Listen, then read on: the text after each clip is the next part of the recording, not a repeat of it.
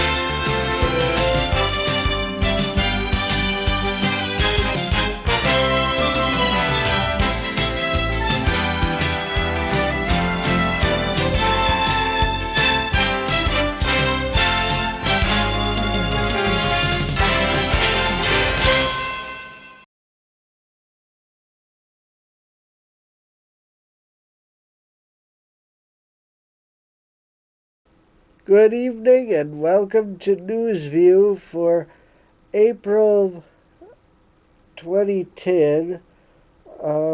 Another April edition here, and the first story is farmers in the local area in Illinois had better beware of grain storage silos because the weather last year was very wet, and this makes for a hazardous spring for the farmers with grain storage bins, and the fumes are enough to knock out a person or worse. And this comes from Channel 23 in Rockford and from the Illinois Farm Bureau.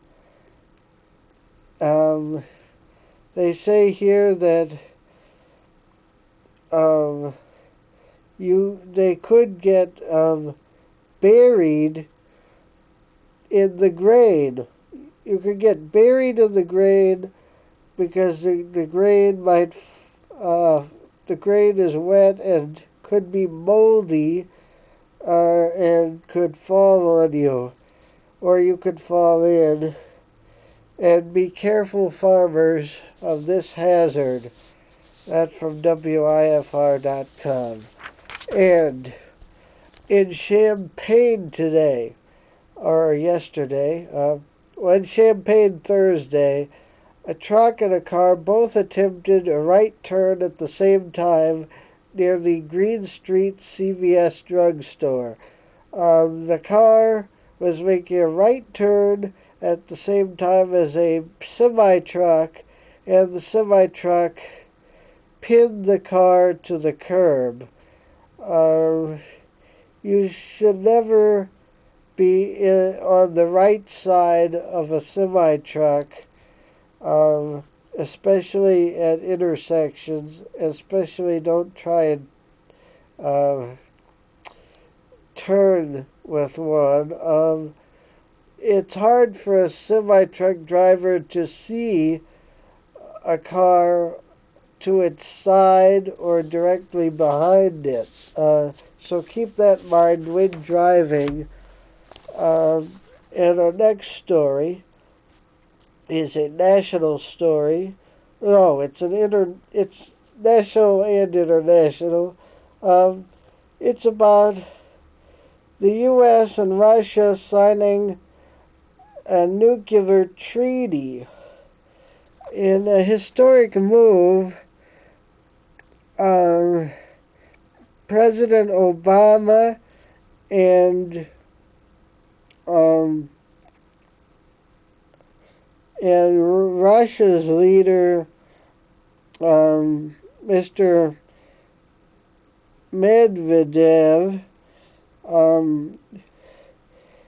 were signing this treaty.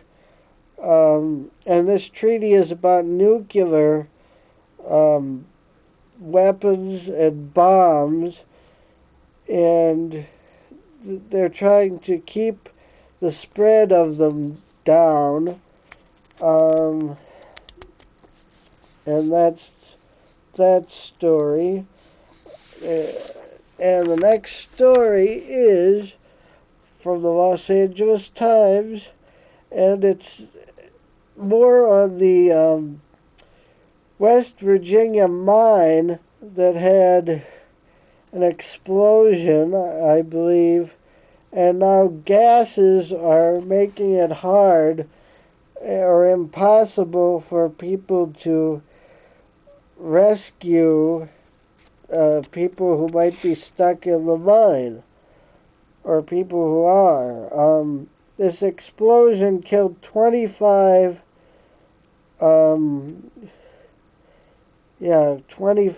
co-workers of one of the people who worked in the mine, and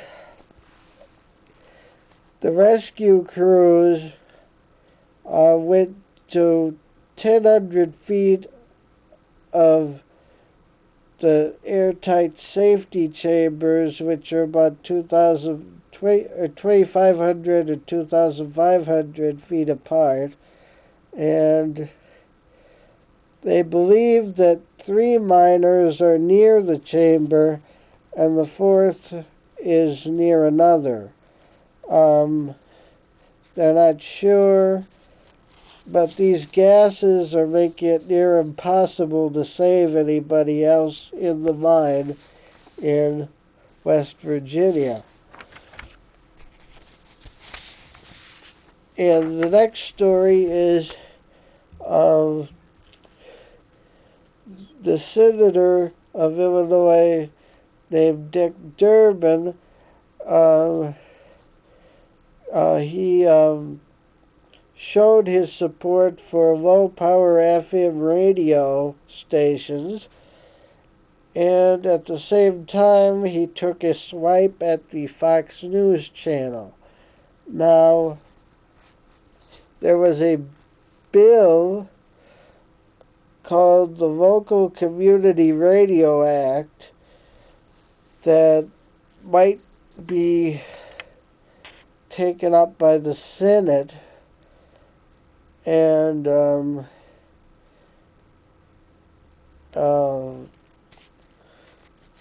he does not like the Fox News channel, Dick Durbin, but he does like low-powered radio stations that are on FM. To each his own.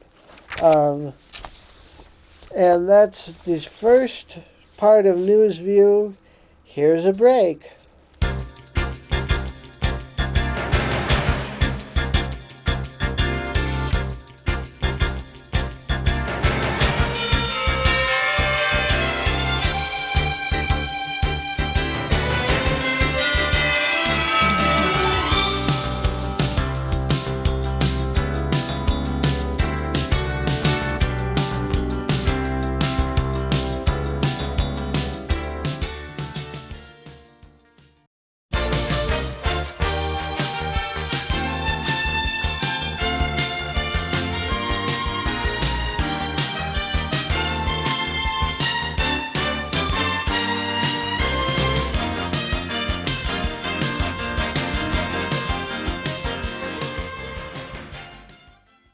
And welcome back to NewsView, Urbana-Champaign, Champaign-Urbana.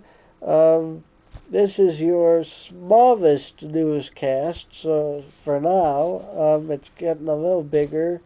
Yeah, but here's the news. More of the news from NewsView. I'm Michael Badger, and this is more of the news. The U of I is going to get stimulus money from the federal government to improve the medical records security in the local area at the U of I. Um, they've landed a $15 million chunk of stimulus money to keep secure electronic medical records. Um, the U.S. Department of Health and Human Services had offered the Urbana campus to this grant, and it looks like the U of I took it. The money is for cross-campus research, and their unit called the Information Trust Institute. And that's that story.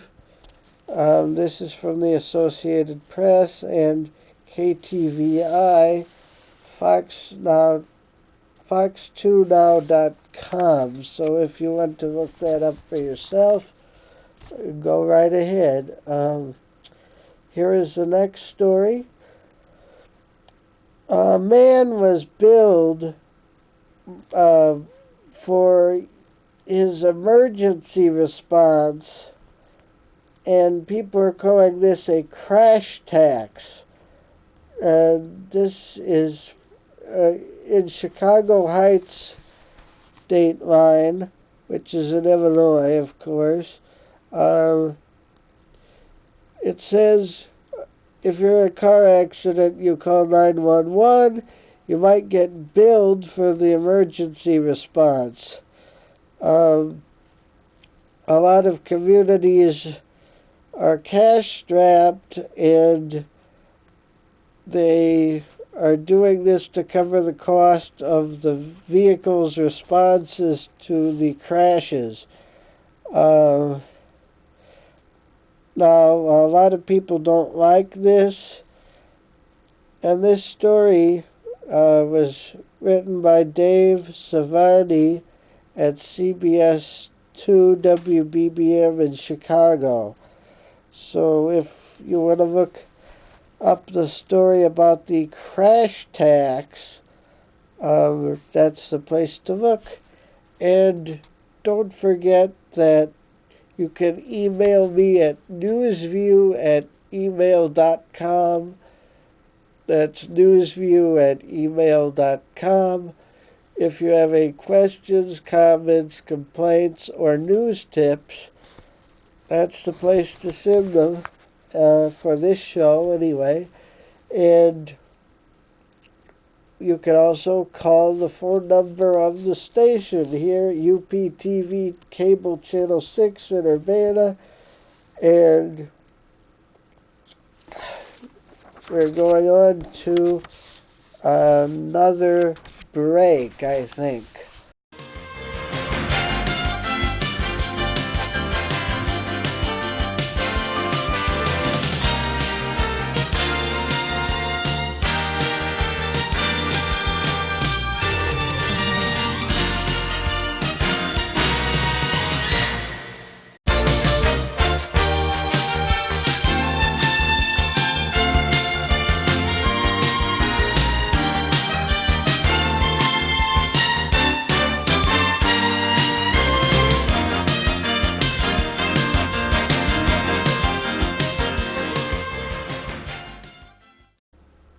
Hello and welcome again to Newsview. It's another Friday night in Urbana-Champaign, and here is the next story. The next story is about jobless claims have increased despite that not being what was expected. The number of laid off workers looking for unemployment benefits rose last week, and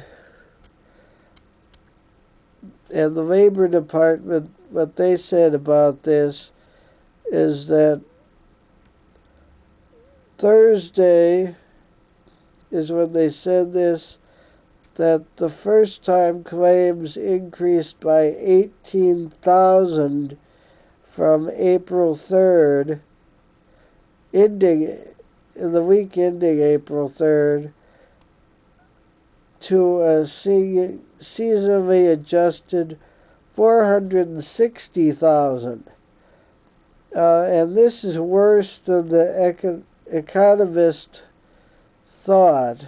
The jobless rate, the jobless claims peaked during the last recession at 651,000 a year ago late last month. But the Department of Labor also says that the number of people continuing to claim benefits for more than 1 week fell by 131,000 to 4.55 million, which is the lowest since December of 2008. And that you can get that story on Yahoo Finance at http://finance.yahoo.com/news, and you look for initial jobless claims. The next story is from AOL News. And it says that the windpipes of smokers could hold the clue to researching lung cancer. Now they're saying the windpipes of smokers have a simple genetic change that could help doctors determine who's at risk of developing lung cancer or diagnosing the disease early enough to offer more effective treatment. Cigarette smoke bathes the entire respiratory tract, it says, from the tongue to the lungs, and the team decided to start at the top. They don't know whether genes account for all cases of lung cancer, though.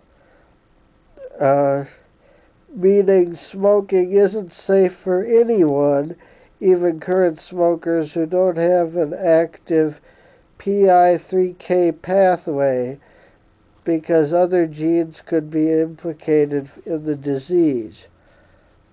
So that's that story. If you want to read more on that, go to AOL News/health and look /article, and you can see that.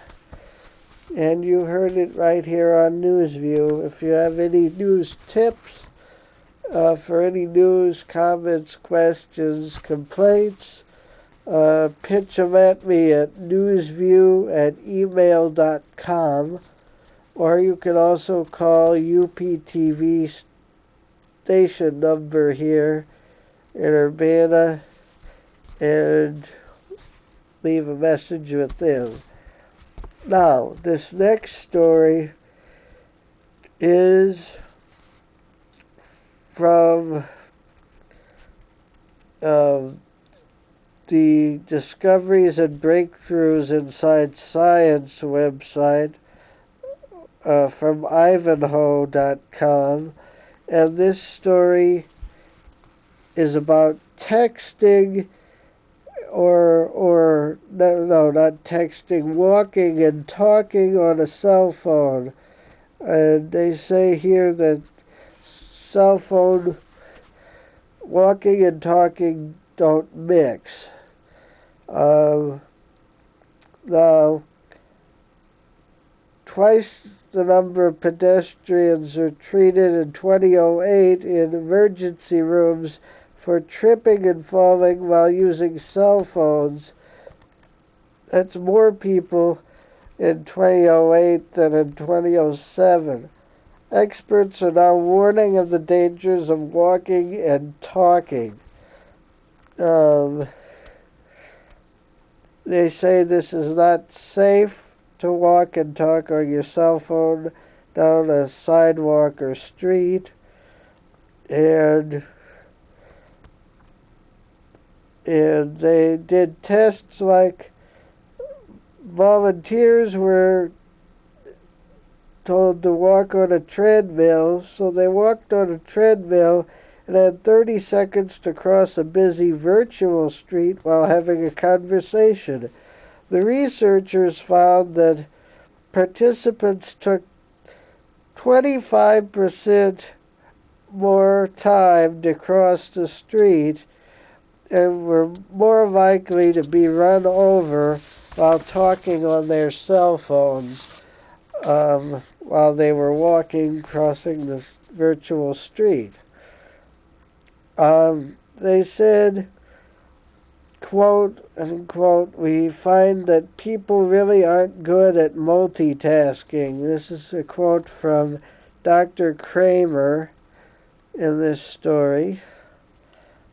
And he is a PhD psychologist at the University of Illinois in Champaign. And if you go to ivanhoe.com, you can find out more, and you can even email the doctor if you want to. And